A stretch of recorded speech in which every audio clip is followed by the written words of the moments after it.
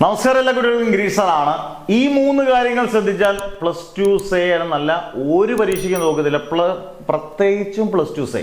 കാരണം നമുക്ക് ഒറ്റ മാസമേ ഉള്ളൂ, ഒറ്റ മാസം. അന്നേരം ആദ്യം തന്നെ കാര്യങ്ങൾ ഒന്നുകൂടെ പറയുകയാണ്. നമ്മുടെ ബാച്ചസ് എല്ലാ ദിവസവും പുത്തൻ ബാച്ചസ് ഉണ്ട്.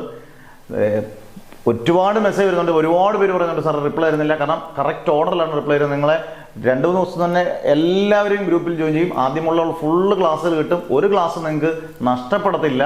അതുപോലെ തന്നെ വളരെ സിമ്പിളായിട്ടുള്ള ഫീസ് സ്ട്രക്ചറേ ഉള്ളൂ. എല്ലാം വളരെ സിമ്പിളാണ്. നോട്ട്സ് ആയാലും കാര്യങ്ങളായാലും എല്ലാം പഠിക്കുന്നവർക്ക് വ്യക്തമായിട്ട് അറിയാം. ഇത്രയും വിജയം കാണുമ്പോൾ നിങ്ങൾക്ക് തന്നെ അറിയാമല്ലോ, അതിൻ്റെ ക്രെഡിറ്റ് അധ്യാപകരെക്കാട്ടിൽ കൂടുതൽ അത് നമ്മൾ പഠിപ്പിക്കുന്നു, അത് നിങ്ങൾ പഠിക്കുന്നു.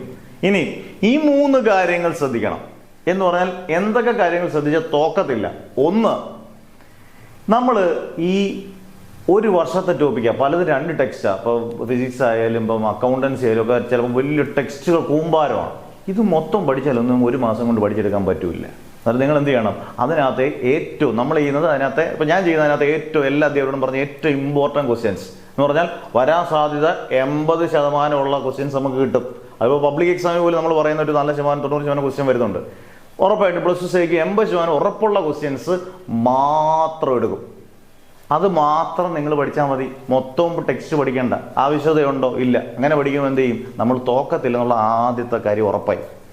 2, ചില അധ്യാപകരെ കുട്ടികളെ തോപ്പിക്കുന്നതിന് ഞാൻ അധ്യാപകരെ കുറ്റം പറയുമല്ല, 4-5 പേജൊക്കെ ആയിരിക്കും ഒരു ചെറിയ ടോപ്പിക്കിൻ്റെ നോട്ട്സ് വലിച്ചു വാരി നോട്ട്സ് കൊടുക്കും.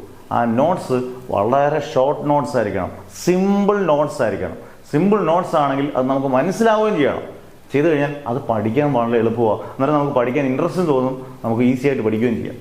ഇനി നമ്പർ 3, എൻ്റെ രീതി അനുസരിച്ച് ഇപ്പോൾ ജൂൺ 1-ാം തീയതി, ഇപ്പോൾ നമ്മൾ പല ബാച്ചസൊക്കെ തുടങ്ങി, എല്ലാ ദിവസവും ക്ലാസ് തുടങ്ങി, ജൂൺ 1-ാം തീയതി തുടങ്ങിയെന്ന് വെച്ചു, 14-ാം തീയതി, അതായത് 14-ാം തീയതി ആകുമ്പോഴത്തേനും നമ്മുടെ ടോപ്പിക്സ് എല്ലാം കവർ ചെയ്യും.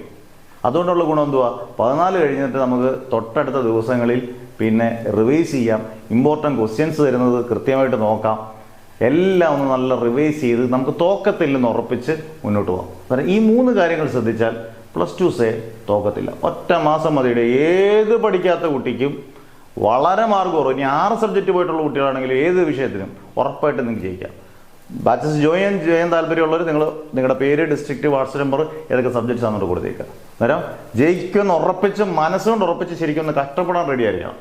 അമ്മയും അച്ഛനും സാറും പറയുന്നതല്ല, നിങ്ങളൂടെ കഷ്ടപ്പെടാൻ റെഡിയാണെങ്കിൽ ഓക്കെയാണ്. Never ever give up.